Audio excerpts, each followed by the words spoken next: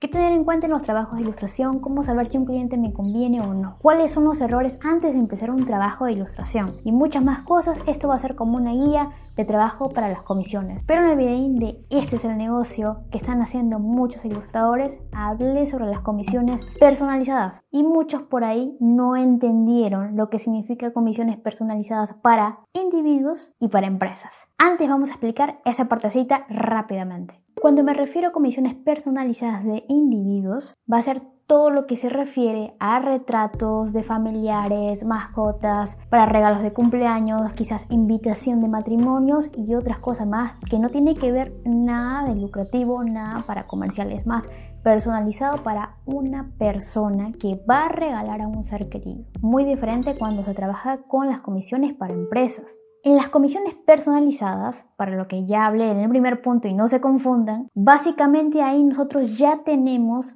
precios establecidos, digamos para retratos familiares de 2 personas, hasta medio cuerpo, va a ser en blanco y negro o a color, o por ahí hasta de 3 personas, 2 mascotas y cosas así que tú puedas tener tus precios establecidos. Pero por supuesto, cada año esos precios van a ir variando de acuerdo a tu experiencia y esto es muy diferente al precio cuando trabajamos con empresas, porque para trabajar con empresas necesitamos saber la información de ese proyecto, el tamaño, el color, todo lo que conlleva el tema, si va a haber ciertas licencias por ahí para autores, para publicidad, cómo va a ser el tema de los empaques y cosas así, que ahí sí nosotros tenemos que cotizar, ahí nosotros no tenemos un precio establecido, no tenemos una tablita para esas empresas porque va a ser de acuerdo al proyecto. Y creo que ahí está bien claro las dos cosas. De hecho, si no sabes cómo cobrar para lo que es empresas, por ejemplo, te recomiendo el videín de cuánto cobrar, que lo voy a dejar aquí, y también voy a dejar el videín de ChatGPT, que ese tema te va a servir como una referencia para que sepas ya si tu precio que has establecido está muy elevado o está muy bajo. Ahí he dejado una guía de cómo tú puedes preguntar de acuerdo a tu experiencia, nivel y todo eso. ¿Cómo saber si un trabajo me conviene o no? Esto hace poquito lo mencioné en un reel, pero por supuesto como un reel es tan pequeño no podemos explayarnos tanto y tiene que haber parte 1, parte 2, parte 3 y todo eso. El primer punto que tienes que saber es si te gusta el tema que te están proponiendo. Por la emoción, digamos, muchos ilustradores se olvidan, te pagamos tanto, tenemos este presupuesto, pero no se explayan más. Preguntar al cliente cuál es ese tema. Si no lo vas a disfrutar, lo más probable es que ese trabajo no vaya a salir tan bien. Y también tiene que ver bastante aquí con tu ética. Por ejemplo, el año pasado, si no recuerdo muy bien, propuso una empresa realizar unas ilustraciones para cierta marca, era de publicidad. Estaba muy en duda porque la marca, por ejemplo, tenía que ver con las adicciones, tenía que ver con ciertos temas de salud, de acuerdo a la reputación que tengo, de acuerdo a los temas que en su mayoría manejo como ilustradora, no me conviene. Entonces tuve que rechazar, por ejemplo, ese tipo de comisión para empresas. Y esto tiene que ver bastante con el tema y a mí no me va a gustar ilustrar sobre este tema. Va muy bien, pero no va conmigo. Si yo hubiera aceptado eso, hubiera estado muy presionada sobre el tema y más cosas. Entonces no iba a salir bien el trabajo. Ten cuidado con ese punto.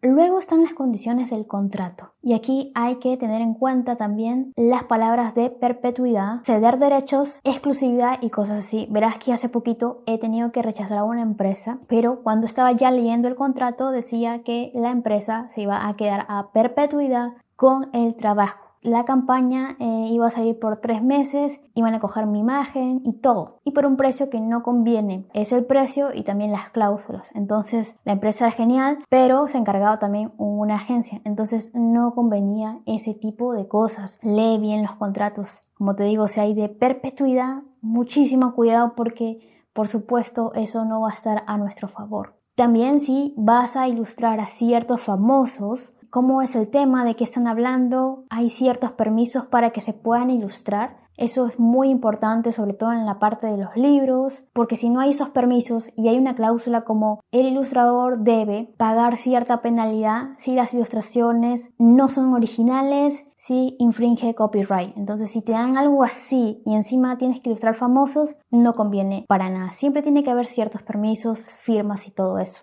Antes de seguir con el cuarto punto, no te olvides suscribirte al canal, que todos los jueves hay nuevo video. Suscríbete, que es gratuito, y activa la campanita para que cada vez que suba un video te avise del nuevo tema. Además, si quieres acceder a mis recursos digitales de ilustración y dibujo, voy a dejar aquí todo el link y también en la descripción, donde vas a poder descargar mis pinceles de Photoshop, Procreate, Click Studio Paint, Adobe Fresco, guías, tutoriales exclusivos y mucho más, todo aquí en la descripción. Y ahora sí, el cuarto punto. Lo que es la magnitud de la empresa. Es cuando una empresa grande te propone un trabajo. Esta empresa es muy reconocida, te va a beneficiar bastante en el portafolio, te va a beneficiar en tu carta de presentación como ilustrador e ilustradora, pero el presupuesto es pequeño. Aquí lo tienes que pensar muy bien. Había dicho que los niveles medio y experto de ilustradores lo iban a rechazar. Pero, si bien el presupuesto no es el adecuado, te puede ayudar a conseguir más clientes. Y esto me pasó con 2 clientes grandes y eso me iba a servir a mí para conseguir más clientes. Y de hecho la estrategia me sirvió bastante para conseguir más clientes. Pero el presupuesto no era tan guau, o sea, no era acorde a la empresa. Sin embargo, aquí también tienes que ver cuánto te va a demorar ese proyecto. Si es un proyecto que va a demorar meses y de todas maneras la empresa es grande, pero el presupuesto es pequeño y te vas a demorar bastante, no, eso sí, no va a convenir. Pero si la empresa es grande, el presupuesto es un poco pequeño y lo puedes hacer en un par de días, está genial. Eso, por ejemplo, a mí me pasó, que lo podía hacer en un par de días. Terminé el proyecto, me pagaron muy rápido y ya. Entonces tienes que ver siempre ese tipo de cosas. La número 5 es que el cliente no sabe bien su proyecto, y también esto me ha pasado muchísimas veces. Mucha gente a veces pregunta por cuentos sobre las ilustraciones y todo eso. Tienen las ganas, por supuesto, de hacer un cuento, de hacer un libro y todo, pero no saben mucho sobre el proceso. Entonces no importa, tú les explicas. Pero aún así, si ya en esa explicación el autor, la autora o clientes no entienden, entonces es mejor ya descartar ese proyecto, porque si el cliente ya no está entendiendo la primera vez, entonces lo más probable es que en el proceso tampoco lo entienda y tampoco entienda el precio. ¿Cuáles son los errores que debemos evitar antes de aceptar un trabajo de ilustración? El primer error es cuando no preguntas nada. Das tu cotización al cliente,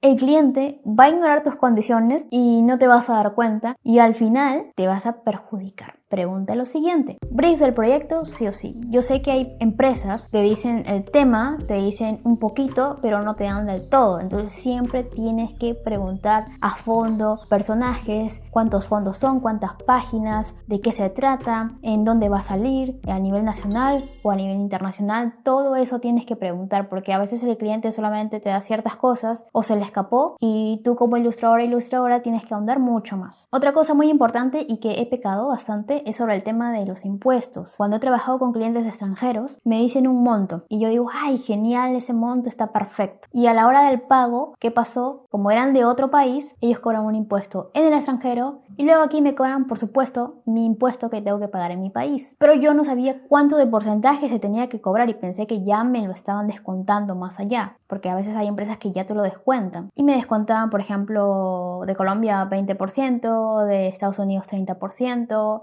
de México creo que era un 10 o un 20%, no recuerdo bien, y así de cada país tienen sus porcentajes. Y por experiencia siempre pregunta al cliente si el pago es neto o va a haber aparte un descuento de impuestos o ya lo descontaron. Eso es muy importante para que no pase ciertas cosas. También, por ejemplo, si en tu país el dólar está bajo o el dólar está alto, todo tienes que ver eso. Si te conviene aceptar en dólares, si te conviene aceptar en euros, quizás te conviene aceptar la moneda nacional, y todo ese tipo de cosas siempre tienes que prever. Otro error es el tema de estilo. Han venido también varios clientes a preguntarme sobre ciertas comisiones. Por ejemplo, muchos clientes llegan por recomendación. Ellos exactamente no han visto el portafolio, simplemente les han recomendado que está la ilustradora, que hace trabajos geniales y todo eso. El cliente no sabe sobre los estilos, entonces tú le tienes que explicar. Yo, por supuesto, en las cotizaciones y siempre en las notas pongo mi estilo tal cosa, o si no, adjunto mi portafolio online a ese cliente para que de todas maneras lo revise y que más adelante no haya imprevistos, errores. Ahora, si tú trabajas con diferentes estilos, no va a haber problema. ¿Qué pasa cuando un cliente no quiere pagar? Si tú has firmado un contrato, te vas a regir por ese contrato. Hay una prueba ahí. En el caso de que simplemente hayas mostrado tu cotización, haya sido un acuerdo vía correo, están las pruebas del correo, y eso de todas maneras va a pesar. Si el cliente se demora, si se está haciendo el loco y todo eso, te debe el 50%, y porque era una empresa tuviste antes ese trabajo, ahí sí vas a necesitar un abogado. Una vez tuve que hacer una carta con mi abogado para que cierto cliente me pagara, para que el cliente se ponga las pilas, y eso es como un primer aviso. Si no, pues se tiene que ir a juicio. Y va a depender también dónde se haga el juicio, porque si tu cliente es del extranjero, el cliente al final va a tener que venir a tu país a ese juicio, si no van a tener que poner una multa y así, cosas muy rigurosas. Por eso es importante de todas maneras llegar a un acuerdo con el cliente. Con empresas editoriales, tú tienes que entregar primero los bocetos y recién ellos te van a pagar un 30 o 50%, pero previa firma, previo contrato. Si no, nada de eso. Si no hay contrato, si no hay nada de esas cosas, es importante cobrarle al cliente el 50% antes y el 50% antes de finalizar el trabajo, antes de entregarle los archivos finales. Todo con un contrato es mucho mejor. Pero claro, eso dependerá también bastante de las políticas de cada empresa. Cuando he trabajado con ciertas empresas, a veces ellos tienen su protocolo, pero también se puede negociar con ciertas empresas cuando le mandas tu cotización y condiciones. Si ellos están de acuerdo, te dicen sí te podemos pagar el 50% antes o sí te podemos pagar el 50% antes de finalizar el trabajo. Todo dependerá de cómo tú negocies. Pero sí es importante para comisiones personalizadas y cuando no hay contratos, 50% antes o el 30% antes y el 50% antes de finalizar el trabajo. Sobre las estafas, un tip muy importante, por favor, es que cuando el cliente te deposite y digamos te envíe el voucher, genial, te ha enviado el voucher, pero esa no es una prueba. La prueba que tú tienes que verificar es en dónde te ha depositado. Digamos en PayPal, entras a la plataforma de PayPal, te depositó en el banco. Entras a la aplicación del banco y verificas si está el pago o no. Si no está el pago y el cliente te dice que sí, te ha depositado y que le devuelvas la plata, esa es una estafa. Y si antes un cliente te pide correo para PayPal y tú tienes un link para PayPal, pero le das ese link y lo ignora, ten cuidado porque es un posible estafador. Que ya me ha pasado, felizmente no he caído porque ya intuía. Espero te haya ayudado todo este video. Recuerda suscribirte al canal y activar la campanita para que cada semana que suba video te notifique que ya subí nuevo tema. Voy a dejar aquí mis recursos de ilustración y dibujo. Vas a encontrar de todo. Los pinceles son geniales, los tutoriales también una bomba de información. Y no te olvides suscribirte al boletín de los jueves desde el pack de gratitud. A finales de este año voy a dejar un directorio totalmente gratuito sobre los precios, páginas interesantes, pero solamente lo van a tener las personas que están en el boletín. ¿Y cómo accedes? Totalmente gratis, solamente descargando el pack de gratitud que es gratuito. Nos vemos en un siguiente video.